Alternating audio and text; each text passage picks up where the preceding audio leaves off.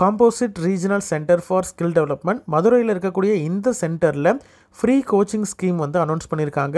Competitive எக்ஸாமுக்கு prepare பண்ணிகிட்டு இருக்கக்கூடிய பர்சன்ஸ் வித் மல்டிபிள் டிசபிலிட்டி கேண்டிடேட்ஸுக்கான ஸ்கீம் தான் இது.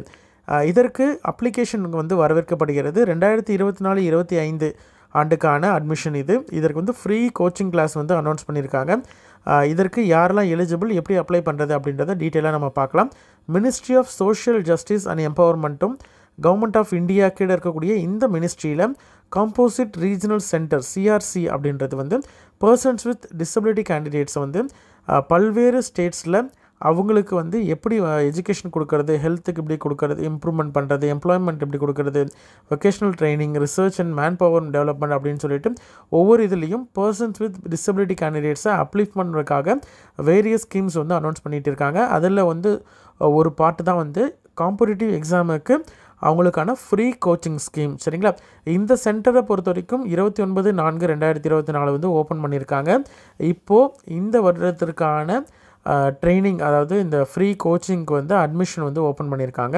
இதற்கு மினிமம் எலிஜிபிலிட்டி என்ன அப்படின்னு பார்த்தீங்கன்னா, எக்கனாமிக்கலி டிஸ்அட்வான்டேஜ்டு ஸ்டூடெண்ட் இருக்காங்க இல்லையா, அந்த டிசபிலிட்டி கேண்டிடேட்ஸ் மினிமம் வந்து 40% அல்லது அதற்கு மேலே டிசபிலிட்டி இருக்கக்கூடிய கேண்டிடேட்ஸாக இருந்தாங்கன்னா அவங்க எலிஜிபிள்.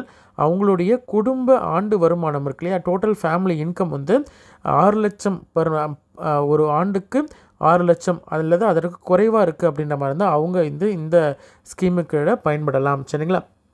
அதில் இருக்கக்கூடிய அந்த கேண்டிடேட்ஸ் வந்து பிடபிள்யூடி கேண்டிடேட்ஸாக இருக்காங்க அப்படின்ற மாதிரி தான் அவங்க வந்து இந்த ட்ரைனிங் வந்து எடுத்துக்கலாம். சரிங்களா?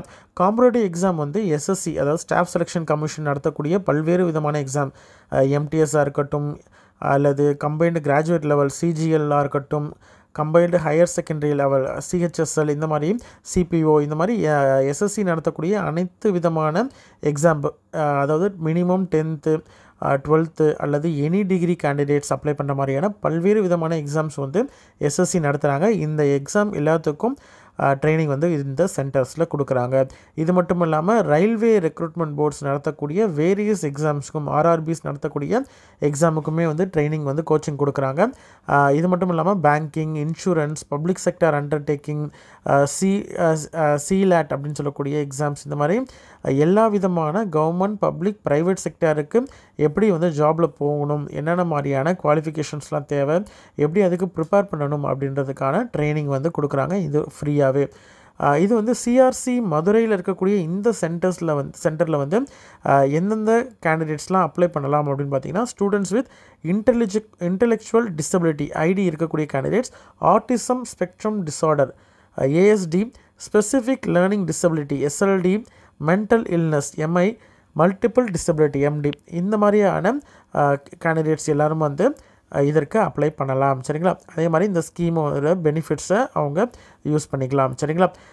எலிஜிபிள் கேண்டிடேட்ஸ் வந்து அப்ளிகேஷன் கூட நெசசரி டாக்குமெண்ட்ஸ் எடுத்துகிட்டு வரணும்.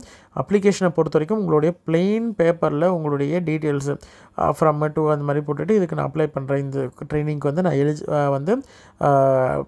ப்ரிப்பேர் பண்ணிகிட்ருக்கேன், அதனால் இந்த ட்ரைனிங் மூலயமாக நான் பயன்படணும்னு ஆசைப்பட்றேன் அப்படின்னு சொல்லிட்டு ஒரு லெட்டர், உங்கள் கைப்பட ஒரு லெட்டரோ அல்லது டைப் பண்ணியோ நீங்கள் வந்து ஒரு லெட்டர் எஸ்எஸ்சி, அதாவது 10ஆம் வகுப்பு, ஹெச்எஸ்சி 12ஆம் வகுப்பு, டிகிரி, ஏதாவது டிகிரி முடிச்சிங்கன்னா டிகிரி, அதனுடைய சர்டிஃபிகேட்டு, அது மட்டும் இல்லாமல் என்ரோல்மெண்ட் நம்பர், இது வந்து யூடிஐடி, அதாவது டிசபிலிட்டி சர்டிஃபிகேட்டுக்கு வந்து சர்டிஃபிகேட் கொடுத்துருப்பாங்க, அந்த சர்டிஃபிகேட்டில் இருக்கக்கூடிய அந்த number, Aadhaar card, community certificate, bank details, income certificate, nativity certificate, 2 passport size photo, இது கூட அந்த அப்ளிகேஷன், இது எல்லாத்தையும் நீங்கள் எடுத்துக்கிட்டு டைரெக்டாக வந்து composite regional centre TNHB Villapuram Subramaniapuram post Madurai அப்படின்ற இந்த அட்ரஸ்க்கு நீங்கள் போய்ட்டு அணுகுனீங்கன்னா உங்களுக்கு வந்து ட்ரைனிங்க்கான ரிமைனிங் டீட்டெயில்ஸ் எல்லாம் சொல்லுவாங்க, எப்படி ஜாயின் பண்ணுறது அப்படின்ற டீட்டெயில்ஸும் கொடுப்பாங்க. நீங்கள் அப்ளிகேஷனும் சப்மிட் பண்ணிவிட்டு வரலாம். சரிங்களா? அப்ளை பண்ணுறதுக்கான கடைசி நாள் 8 ஜூலை 2024. சரிங்களா? இதற்குள்ளே நீங்கள் வந்து மேக்ஸிமம் அப்ளை பண்ணுற மாதிரி பார்த்துக்கோங்க. இன்ட்ரெஸ்டட் கேண்டிடேட் அப்ளை பண்ணுங்கள். உங்களோட ஃப்ரெண்ட்ஸ்லேயோ அல்லது ரிலேட்டிவ்ஸ்லேயோ யாராவது வந்து persons with differently abled persons இருக்காங்க, இல்லை மல்டிபிள் டிசபிலிட்டிஸ் இருக்கக்கூடிய கேண்டிடேட் இருக்காங்க அப்படின்ற மாதிரி தான் அவங்களுக்கு வந்து இந்த தகவலை தெரியுங்க. இந்த வீடியோவை ஷேர் பண்ணுங்கள், கண்டிப்பாக உங்களுக்கு யூஸ்ஃபுல்லாக இருக்கும். ஏன்னா இந்த மாதிரியான ட்ரைனிங்ஸ்லாம் வந்து யூட்டிலைஸ் பண்ணுறது ரொம்ப ரொம்ப நல்லது. Free materials and free coachings வந்து ப்ரொவைட் பண்ணுறாங்க. சரிங்களா? நன்றி.